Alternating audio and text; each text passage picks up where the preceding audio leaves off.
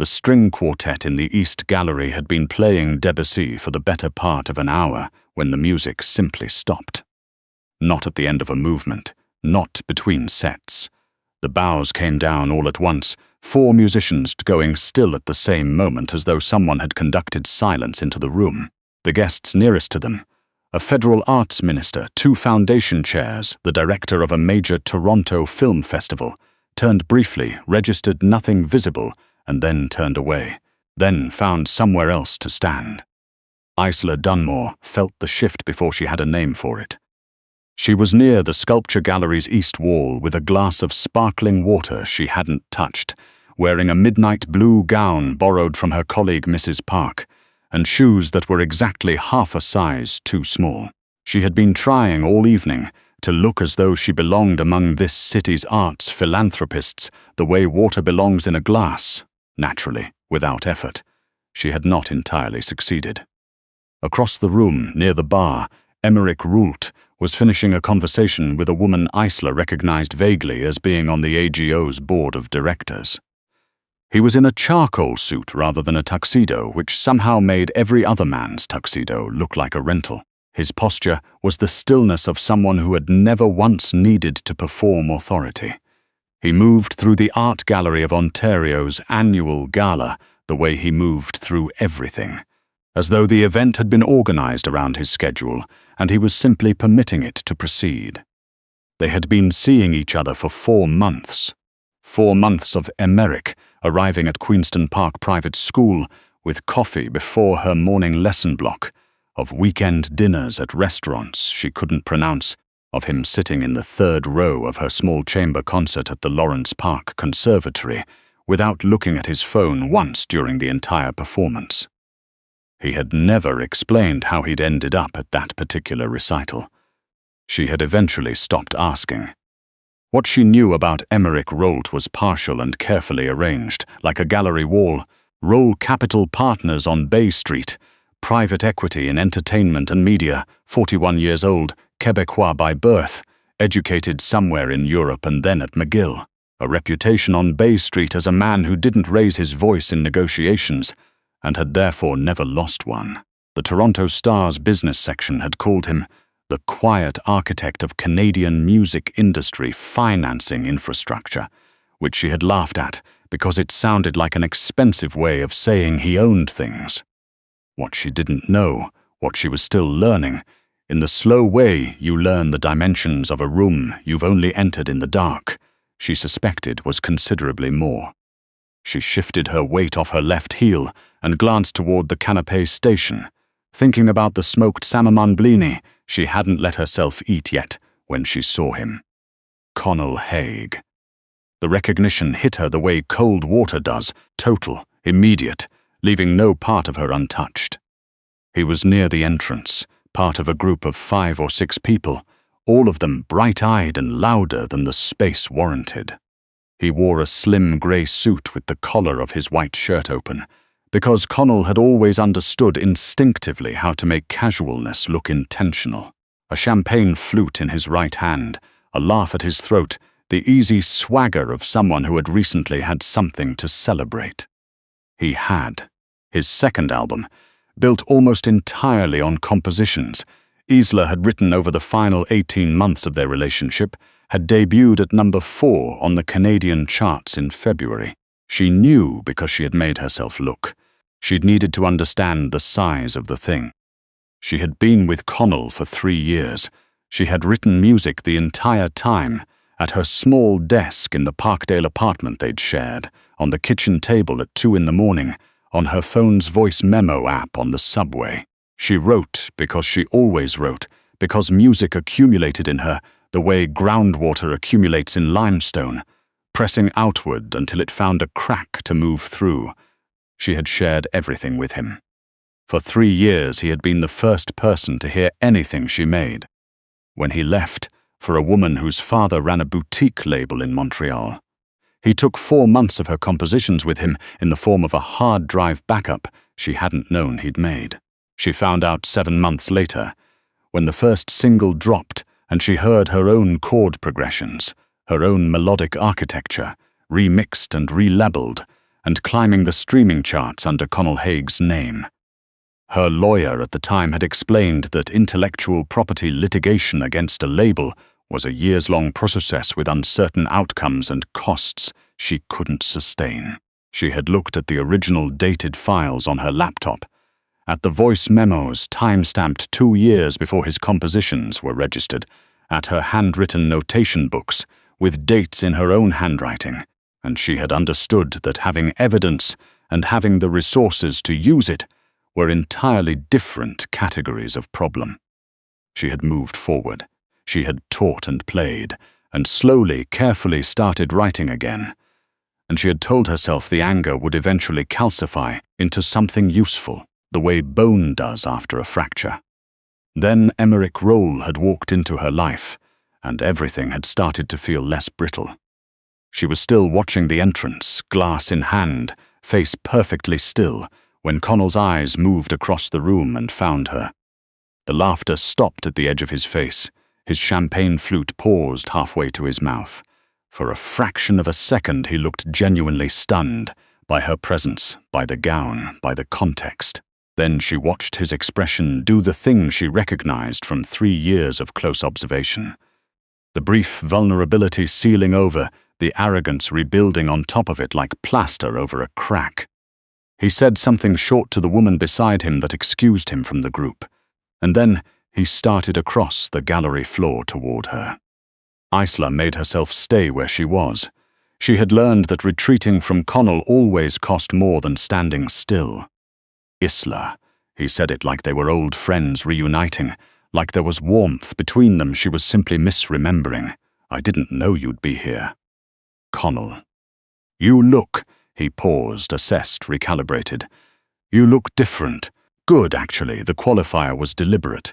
She heard the architecture of it. Thank you. He glanced around, taking inventory of the room the way he always had in any social space, mapping the hierarchies. His gaze snagged briefly in Emmerich's direction, though Emmerich was still in conversation across the gallery. So you know someone on the Gala committee? Or, I'm here with someone. Something shifted in his expression. Right. He drank from his champagne. Listen, about the album. I know I've heard you've been talking to people, making certain implications. Isla felt the familiar tightening in her chest, the one she associated with 3 years of being subtly, expertly managed. I haven't spoken to anyone about your album, Connell. That's not what I'm hearing. His voice dropped, taking on that particular low register he used when he wanted to sound reasonable while being anything but. There are people in this city's music community who have been asking questions, and your name keeps coming up. I don't know what you've been telling people, but I've told no one anything. She kept her voice even. I have nothing to say to you. She turned slightly, signaling the end of it, and that was when he reached out and closed his hand around her wrist. Not gently. The way you grab something you're afraid is walking away from you. I'm not finished, Connell said, low and tight, his fingers pressing in, pulling her slightly back toward him. You need to understand that if you start making noise about this, it is going to go badly for you. I have a label. I have lawyers. I have people who... The words ran out.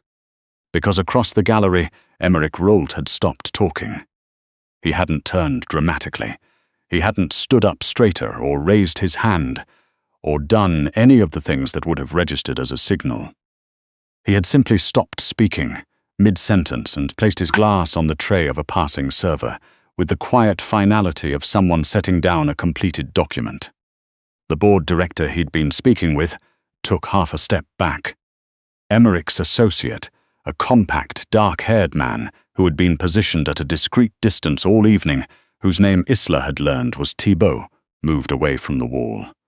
Thibault did not hurry. He moved the way water moves downhill, inevitably, without effort, in exactly one direction. The string quartet, which had resumed playing at some point, stopped again. Emmerich crossed the gallery. The people between him and Isla shifted, not in a panicked way, not visibly reacting to anything, simply reorganizing, the way molecules reorganize around a temperature change.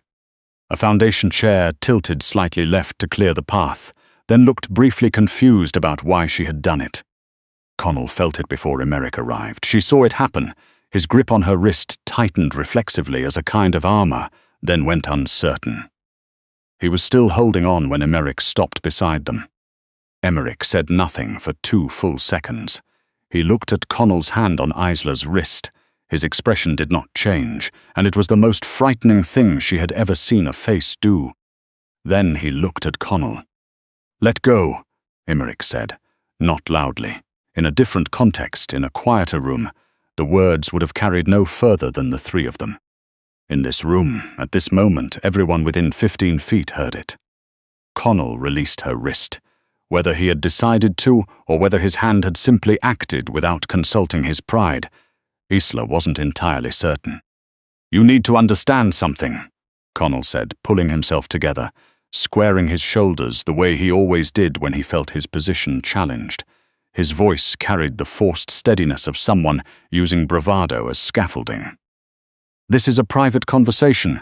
I don't know who you are, but—" "You know exactly who I am," Emmerich said pleasantly.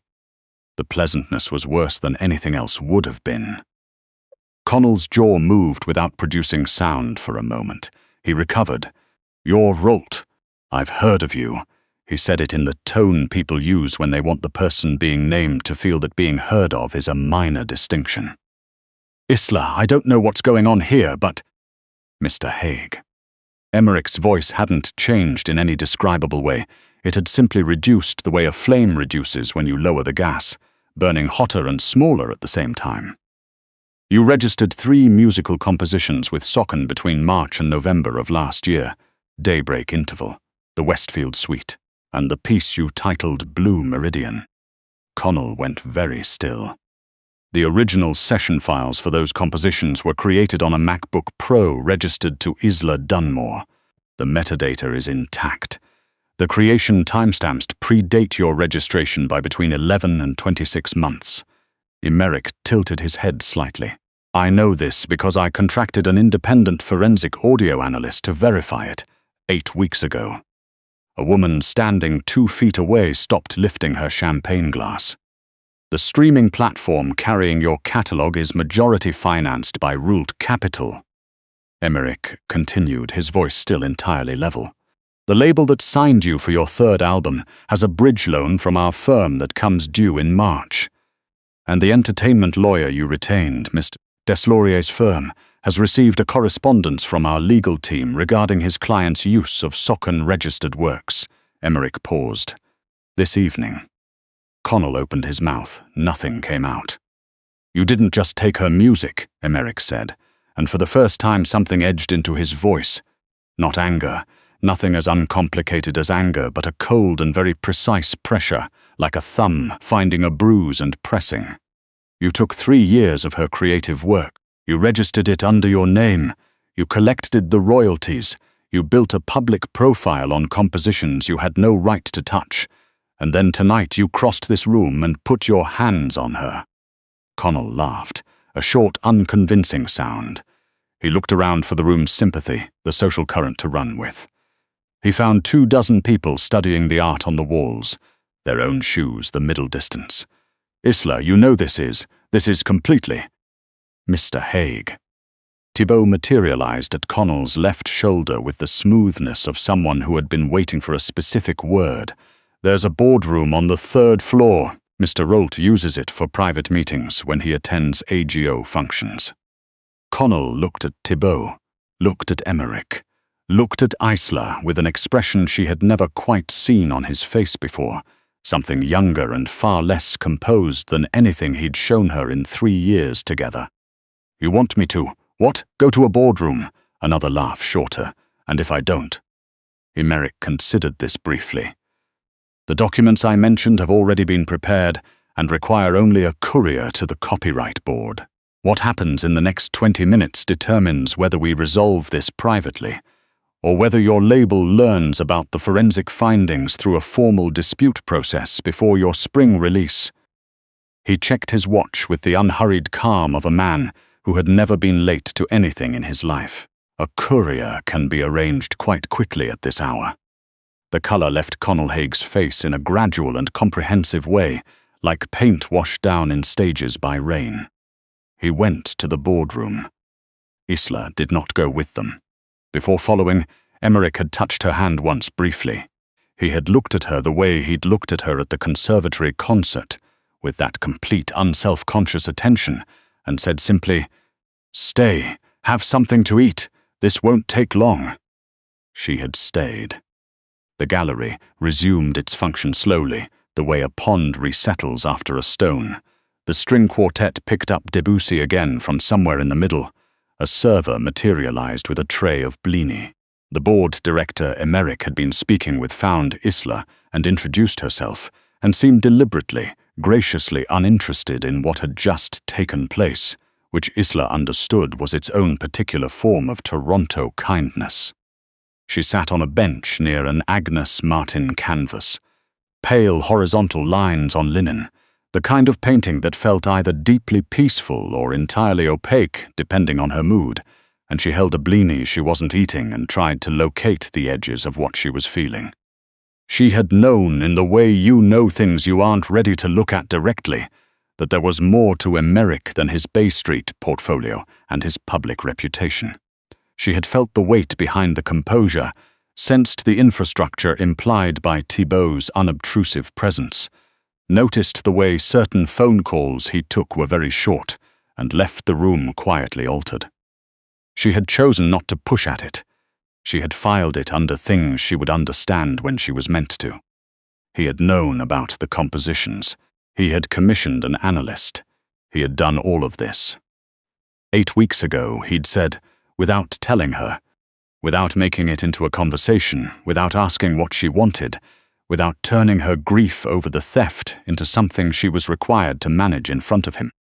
He had quietly dismantled the trap while she was looking elsewhere, the way you remove a splinter from someone's skin while they sleep, so they wake, and it is simply gone, and they don't have to feel the extraction at all. The elevator banks were across the gallery. She watched them. 22 minutes later, the elevator opened. Connell came out first. He was not the same man who had gone in. The shoulders were different. The walk was different. All of the swagger had been processed out of him, like water wrung from cloth. He collected his coat from the cloakroom attendant without looking at anyone, and left through the main entrance without once glancing back. Emmerich came out 2 minutes after him.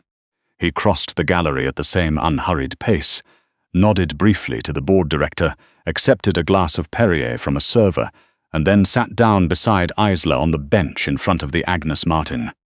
"Did you eat?" he asked. She looked at him. "Emmerich, what did you do to him?" He turned the Perrier glass slowly in his hand, considering. He signed a rights assignment. All 3 compositions revert to you, including the royalties accumulated from streaming and licensing since the original release date. His label will issue a public attribution correction next week. Isla stared at him, and he just signed. He was presented with the forensic report, the formal copyright dispute filing, and a summary of his label's outstanding obligations to Rolt Capital. Emmerich paused, and a letter from his entertainment lawyer withdrawing from the file effective immediately. His own lawyer. Received a courtesy call from Thibault on the way up. A very small shift occurred at the corner of Emmerich's mouth. Mr. Deslauriers is a practical man. Isla was quiet for a moment. Outside the gallery's tall windows, University Avenue was slick with April rain, the streetlights blurred orange against the wet pavement. She looked at the Martin canvas and thought about the 2 years she had spent going to sleep angry and waking up angrier, the particular exhaustion of being wronged and having no available recourse. The way injustice becomes its own kind of weather after a while, something you simply learn to live inside. "You did this without asking me," she said. "I did," Emmerich said. He didn't offer an apology or a justification, and she realized she didn't want either. He had known what she would have said if he'd asked, that it was too much, that she couldn't accept it, that she'd tried the legal route and it hadn't worked, and she'd made her peace with it. She would have been wrong, and she would have told him to stop, and he had known that too. The compositions. She turned to look at him. How long have you known? Since the week after I attended your concert. His voice was level. I recognized the chord structure of the Westfield piece. I'd heard it in your playing. The gaps were obvious to anyone listening carefully enough. She had to stop and breathe for a moment. You've been carrying this for 2 years, he said. He wasn't looking at her. He was looking at the Martin, the pale, quiet lines of it. You rebuilt your teaching practice. You went back to performing. You started writing again. Which is, he paused briefly. That took more than most people have. I want you to know I see that. She had promised herself early in the evening that she would not cry at a black tie event. It had seemed like a reasonable personal policy. Emmerich. You could have told me what you were doing. You would have told me to stop. Yes, she said, I would have. He finally looked at her then, the dark eyes she still hadn't grown entirely used to, the ones that absorbed attention without giving much back, that always made her feel she was being read more carefully than was strictly comfortable. I know, he said simply. They sat with that for a moment. The string quartet had moved on to Ravel. The royalties, she said, the streaming royalties from 2 years of. Significant, yes, he said it neutrally. I don't know what to do with that. You don't have to decide tonight. She looked down at the empty plate, in her lap the blini long gone. She thought about the morning after Connell left, waking up in a borrowed room, knowing that the music she had made with everything in her was out in the world under someone else's name. She thought about going nearly a year without playing her own compositions, needing that distance the way you need, distance from something too bright to look at directly. She thought about Connell's face going grey and thin in the elevator lobby, the swagger drained out of him completely. He came over tonight to warn me off, she said. He thought I'd been talking to people, that I was planning something. He's been afraid since the day he registered those compositions, Emmerich said. People who take things from others spend the rest of their lives flinching at shadows. They build their success on unstable ground and they know it, even when they won't say so out loud. He set his Perrier glass down. He will spend the next several years managing the professional consequences of tonight. And he will do it knowing that the work he claimed was never his, and that everyone who matters now knows it. He said it without satisfaction, without pleasure, as a statement of fact the way you describe weather. Is that enough? Illa asked quietly. For you, I mean. Emmerich considered this with the same seriousness he brought to everything. What would be enough is his name never appearing alongside yours again in any professional context. I've made arrangements for that to be considerably more difficult going forward. Isla looked at him for a long moment. You are a very unusual person, she said. So I've been told. I don't mean it as a criticism. I know you don't. He tilted his head slightly. Would you like to leave? Or would you prefer to stay for the dinner service? The kitchen here is excellent. She laughed, a real one, which surprised her. The first genuine laugh she'd produced in what felt like hours. I would like to get out of these shoes, she said. They're half a size too small. Ah, he stood and offered his hand. I should have asked earlier. She took his hand and stood, and the shoes pinched immediately, and she found she didn't particularly care. As they crossed the gallery toward the cloakroom, she noticed the way people made room for them. Not performing deference, not theatrical about it, simply adjusting their orbits the way you do around something with its own gravitational pull. She had observed it before with Emmerich. Tonight she noticed they looked at her the same way, not just at him, at both of them together, as though the equation had changed. In the cloakroom, while the attendant retrieved their coats, Emmerich's phone lit briefly in his jacket pocket. He glanced at it. Something settled in his expression, a quiet confirmation. The formal copyright reassignment is filed, he said simply, and put the phone away. She slipped into her coat. Outside the gallery's glass facade, the rain had thinned to a fine April mist, and University Avenue glittered. Thibault was already at the bottom of the steps with a black car at the curb, holding the rear door open. She stopped at the top of the steps and looked back once at the lit interior of the Ago. The gallery where Connell Haig had walked in loud and certain and walked out, reduced to almost nothing, the Ravel still drifting faintly through the glass. Isla, Emmerich's voice quiet at her shoulder. She turned. He wasn't looking at the gallery. He was looking at her with that same absolute attention she'd first noticed in the third row of a small concert hall on a Tuesday evening in December, the attention that had never asked anything of her except to be exactly what she was. "Thank you," she said, and then, because it felt inadequate, for 8 weeks of it, for all of it. He shook his head once, not dismissing what she'd said, but setting the thanks aside gently. The way you set aside something that doesn't belong to the moment you're having. "Come on," he said and offered his arm. "You can take the shoes off in the car." She laughed again. She took his arm, and they went down the steps together into the cool Toronto night, and Thibault closed the door behind them with the quiet authority of someone who understood exactly what he was protecting. The city slid past the tinted window in rain-blurred light. Isla pulled off the borrowed shoes and set them on the floor, and felt the immediate animal relief of it, and she looked out at the darkened CN Tower, dissolving into low cloud, and she thought that for 2 years she had believed the score had been settled in Connell Haig's favor by the weight of his resources, by the asymmetry of the fight he'd arranged so carefully in his own name. She had been right for 2 years. She reached across the seat and found Emmerich's hand without looking, and he turned it over and laced his fingers through hers, and they rode north through the rain-slicked streets in comfortable silence, and for the first time in a very long time every note playing in her head belonged entirely to her.